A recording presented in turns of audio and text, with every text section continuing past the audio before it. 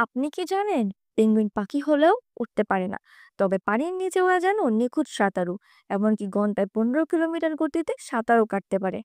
দক্ষিণ মেরুর বরফে ঢাকা প্রান্তরে হাজার হাজার পেঙ্গুইনের বসবাস। পেঙ্গুইনদের মধ্যে পারিবারিক বন্ধন খুবই শক্ত।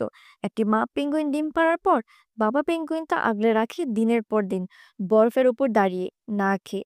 আর মা তখন খাবারের খোঁজে সমুদ্র পাড়ি দেয়।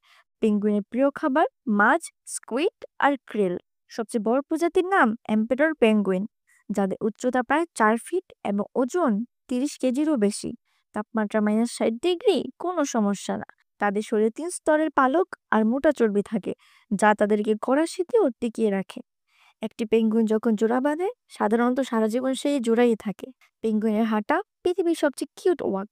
ওদের টলটলে হাঁটার পেছনের কারণ হলো ছোট্ট পা আর ভারী শরীর। পেঙ্গুইন কেবল মজা না, ওরা প্রকৃতির এক অসাধারণ সৃষ্টি। প্রকৃতির এই অনন্য সৃষ্টি আমাদের শেখায় ভালোবাসা, ত্যাগ আর একসাথে বাঁচার গুরুত্ব।